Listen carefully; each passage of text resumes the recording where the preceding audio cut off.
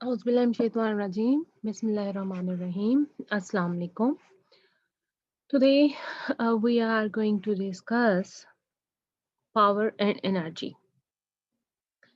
तो हमें पहले देखना चाहिए कि पावर क्या है और एनर्जी क्या है और आपस में ये इंटरलिंक्ड कैसे हैं। तो I have some kind of explanations और कुछ एक्सप्लेनेटरी फिगर्स हैं आपके लिए कि ये देखिए होता क्या है कि जो वर्क है वो एक खास किस्म की पोटेंशियल एनर्जी जो है वो कन्वर्ट हो रही है काइनेटिक एनर्जी में और ये काइनेटिक एनर्जी जो है ये रोटेशनल एनर्जी क्रिएट कर रही है और ये सारा हो रहा है वर्क डन और ये रोटेशनल एनर्जी से फिर आप देखें कि यही जो एनर्जी है वो इलेक्ट्रिकल एनर्जी में कन्वर्ट हो रही है।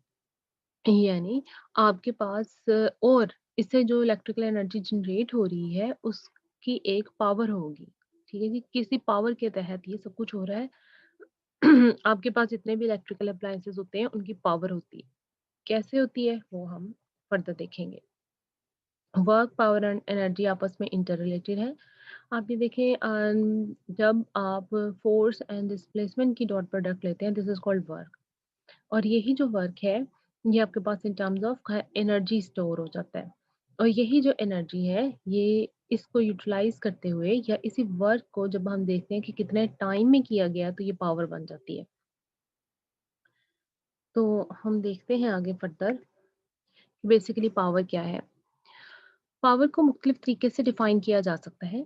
एक डेफिनेशन इसकी क्या है कि work done per unit time कि कितने टाइम में कितना काम आपने किया जब इसकी रेशो लेंगे तो दैट विल बी पावर। इसको एक और तरीके से ऐसे डिफाइन किया जा सकता है कि rate of doing work is called power. Similarly the scalar product of force and velocity is also power. मतलब P is equal to F dot V भी पावर होगा।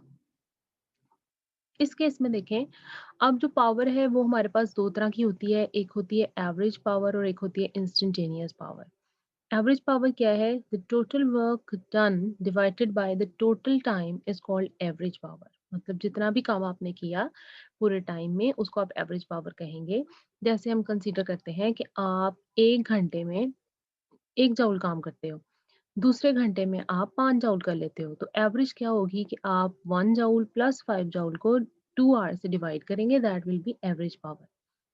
इसी एवरेज पावर का एक लिमिटिंग केस या लिमिटिंग वैल्यू जो है वो इंस्टेंटेनियस पावर कहलाती है और ये लिमिटिंग वैल्यू कब अप्लाई होती है? When we take this delta T approaches to zero. यानी जब हम कहते हैं कि total work done is divided by the total time and then the delta T time या interval is so short that it approaches to zero, तो उस वक्त ये जो पावर है it becomes instantaneous power. Units ये एक स्केलर क्वांटिटी है, इसके यूनिट्स जूल पर सेकेंड है या फिर वॉट भी कहा जा सकता है। और हम इसको कैसे डिफाइन करते हैं? हम कहते हैं when 1 joule of work is done in 1 second then the power is 1 watt. Dimensions of powers are ml square t minus 3 because it is F V. F के लिए ml t-1 होता है और उसके बाद जब आप v की फॉर्म में लेते हैं तो इट इज lt-1। फोर्स के लिए mlt-2 होती है और दोनों को मल्टीप्लाई करके ml स्क्वायर t-3 बन जाती है। And remember it's a scalar quantity. जो कमर्शियल यूनिट है एनर्जी का दिस इज किलोवाट आवर। ठीक है जी, एक हमारे पास वॉट है और एक हमारे पास किलोवाट और है। किलोवाट आवर जो है this is the commercial unit of energy. ये याद रखना है, this is not the unit of power, this is the unit of energy. क्यों? क्योंकि पावर के लिए वॉट है और जब पावर को आप टाइम से मल्टीप्लाई कर देते हैं दिस बिकम्स एनर्जी।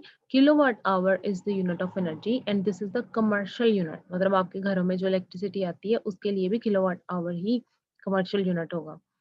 तो it is the work done in 1 our.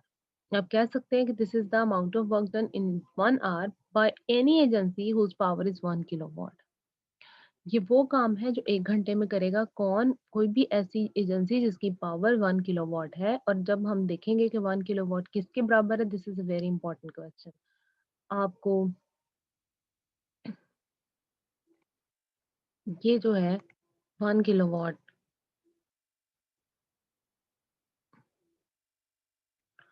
Our is equal to 3.6 mega joule. This is a very important question और अक्सर एग्जाम में आ जाता है कि show that 1 kilowatt hour is equal to 3.6 mega joules.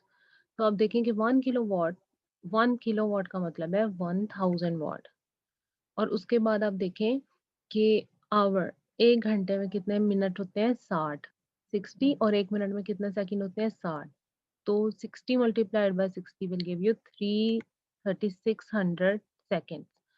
और अब आप जब इनको मल्टीप्लाई करते हैं तो वॉट का यूनिट है जाउल पर सेकेंड। इन दोनों को मल्टीप्लाई करके यू गेट 36। और उसके बाद आपके पास 5 जीरोस आते हैं। और जब आप इसको फर्दर सॉल्व करते हैं तो you get 1 kilowatt is equal to 3.6 into 10 to the power 6 joules. और 10 की पावर 6 होता है मेगा के बराबर, तो दिस इज 3.6 मेगा जाउल्स। ये देखें 1 2 3 4 5 6, 6 के बाद आपने डॉट लगाया है और ये 10 की पावर 6 हो गई है। So 1 kilowatt hour is equal to 3.6 mega joules. And again kilowatt hour is the commercial unit of energy, जैसे जो इलेक्ट्रिसिटी घरों में आती है। ऐसे ही एक और इम्पॉर्टेंट टॉपिक जो शॉर्ट क्वेश्चन के तौर पर आ जाता है, that is show that power is equal to dot product of F dot V. आप ये देखें कि dot product has given us a scalar quantity, इसलिए देखें इसके ऊपर कोई एरो वगैरह नहीं लगाया हुआ है। एफ और वी दोनों वेक्टर्स हैं, इनकी डॉट प्रोडक्ट पावर के बराबर है जो कि एक स्केलर क्वांटिटी है। कंसीडर करें कि F is the force, constant force acting on a body which is moving with some constant velocity v।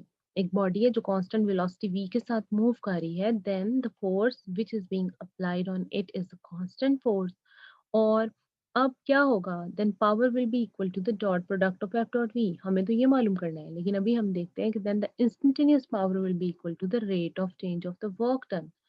और लिमिटिंग केस है ये, delta T approaches to zero. अब डब्ल्यू की वैल्यू क्या होती है जी? आपके पास work done is equal to the F dot delta D.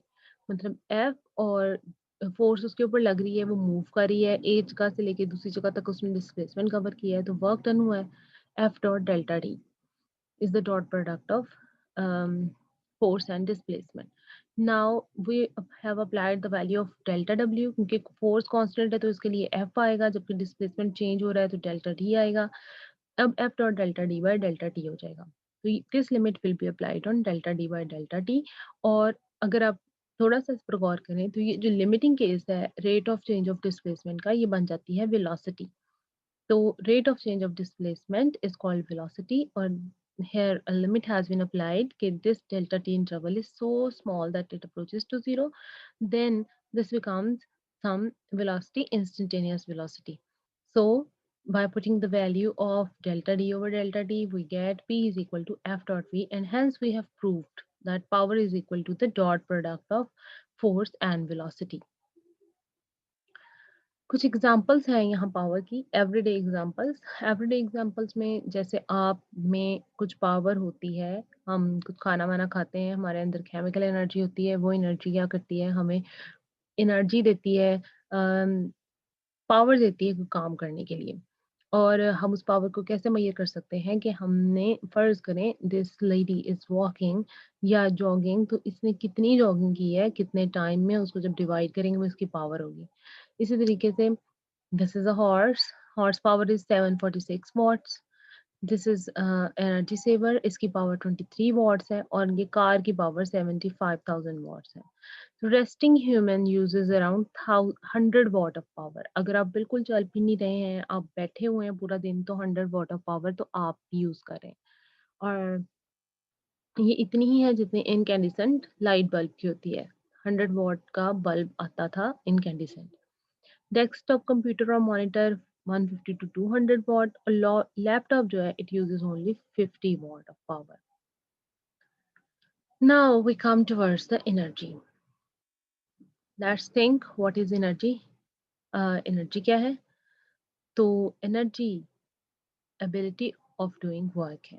पहले हमने कहा कि rate at which the work is being done is called power, लेकिन ability to do work is called energy। मतलब आप में कितनी काम करने की सलाहियत है, ये एनर्जी कहलाएगी। और हमारे पास ये जो एबिलिटी टू वर्क या ये जो एनर्जी है, this is of different kinds. Main इसकी दो काइंड्स होती हैं, काइनेटिक एनर्जी और पोटेंशियल एनर्जी। काइनेटिक एनर्जी वो एनर्जी है that is due to the movement of a body. If a body having the mass m is moving with the velocity v, तो तब जो एनर्जी उसके अंदर होगी that will be kinetic energy, क्योंकि kinetic का मतलब ही मूवमेंट है। तो काइनेटिक एनर्जी वो एनर्जी है that is due to the motion of the object, due to the motion of the body. तो इसको रिप्रेजेंट करते हैं k डॉट e से, and it is equal to half mv square. Second type of energy is called potential energy. Potential का मतलब होता है मख्फी। तो जब आप इसको मख्फी बात करेंगे या कोई हिडन क्वालिटी या कोई हिडन एनर्जी है, तो ये वो एनर्जी है जो स्टोर हुई होती है। तो आपके पास ये जो एनर्जी है this is due to the position of the object. Like अगर एक ऑब्जेक्ट जो है, आपने कोई बॉल है उसको छत पे रखा हुआ है, तो उसकी पोटेंशियल एनर्जी ज्यादा होगी। अगर वो जमीन पे पड़ी है तो उसकी एनर्जी कम होगी, because this is due to the position. इसी तरीके से आप किसी चेयर पे बैठे हैं तो आपकी एनर्जी कुछ और होगी, जमीन पर बैठे हैं तो कुछ और होगी।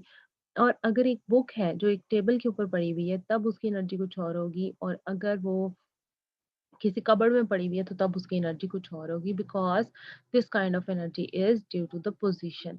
और पोजीशन कहाँ पर? In gravitational field.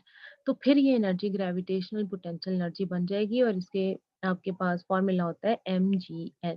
Here m is the mass of the object, g is the gravitational acceleration, and h is the height from the ground। तो आपके पास ग्रेविटेशनल पोटेंशियल एनर्जी। सेकंड आपके पास पोटेंशियल एनर्जी की kind है elastic potential energy. ये energy कौन सी होती है? That is in the springs. आप जब स्प्रिंग को कंप्रेस करते हैं या स्ट्रेच करते हैं तो जो एनर्जी उसमें स्टोर हो जाती है that is called elastic potential energy. और इलास्टिक क्यों कह रहे हैं? क्योंकि ये एनर्जी जो है, जैसे ही आप स्ट्रेच स्प्रिंग को छोड़ते हैं तो वो मूव करने लग जाता है, वो अपनी मीन पोजीशन से गुजर जाता है, तो इसलिए इसको इलास्टिक पोटेंशियल एनर्जी कह रहे हैं। And here is 1/2 kx square के बराबर है। ये जो x है ये यहाँ पर एम्पलीट्यूड है, और k जो है ये स्प्रिंग कांस्टेंट है। x एम्पलीट्यूड अगर मीन पोजीशन पे हो, यानी जब आप इसको कंप्रेस कर रहे हैं तो x की वैल्यू कम होती जाती है, अगर इसको स्ट्रेच कर रहे हैं x की वैल्यू बढ़ती जाती है, और in this way potential energy की वैल्यू भी इंक्रीज या डिक्रीज होती जाती है। Here is some examples of kinetic energy, like if you are having the bicycle and you are driving your bicycle, तो आपके पास जो एनर्जी होगी that will be kinetic energy. Similarly, अगर आप कहीं स्कीइंग कर रहे हैं तो ये भी एक काइनेटिक एनर्जी की एग्जांपल है, मतलब आपकी मूवमेंट इसमें शामिल है। और पोटेंशियल एनर्जी में आपके पास वो एनर्जी है that is due to the earth gravitational wave. If you are at some height, तो उस वक्त जो एनर्जी आपके पास होगी वो ग्रेविटेशनल पोटेंशियल एनर्जी होगी। इसी तरीके से अगर कोई स्प्रिंग है और आप उसको कंप्रेस या उसको स्ट्रेच कर सकते हैं तो इसमें जो एनर्जी होगी that is elastic potential energy. और द फूड यू ईट, उसमें जो एनर्जी होती है that is chemical potential energy. आप उस खाने को खाते हैं, वो एनर्जी जो खाने में मौजूद है इन टर्म्स ऑफ केमिकल्स, ये जिसको आप कैलोरीज कहते हैं, वो केमिकल पोटेंशियल एनर्जी है। जब उसको खा लेते हैं तो फिर क्या होता है, आपकी बॉडी हीटअप होती है और आपको कुछ एनर्जी मिल जाती है कोई काम करने के लिए, और फिर आप कोई काम वगैरह जब कर लेते हैं, कुछ एक्सरसाइज वगैरह कर लेते हैं, फिर एनर्जी लेवल जो है फिर दोबारा डाउन हो सकता है। This is the way the energy changes its shape. आप खाना खाते हैं, chemical energy converted into the heat and heat energy, and this heat energy provides you some ability to do some work, और आप फिर काम करते हैं, जितना मर्जी कर सकते हैं depending upon how much you have eaten। अब यहाँ से एक इम्पोर्टेंट हमारे पास रिजल्ट आता है that is work energy principal. This is again a very important topic.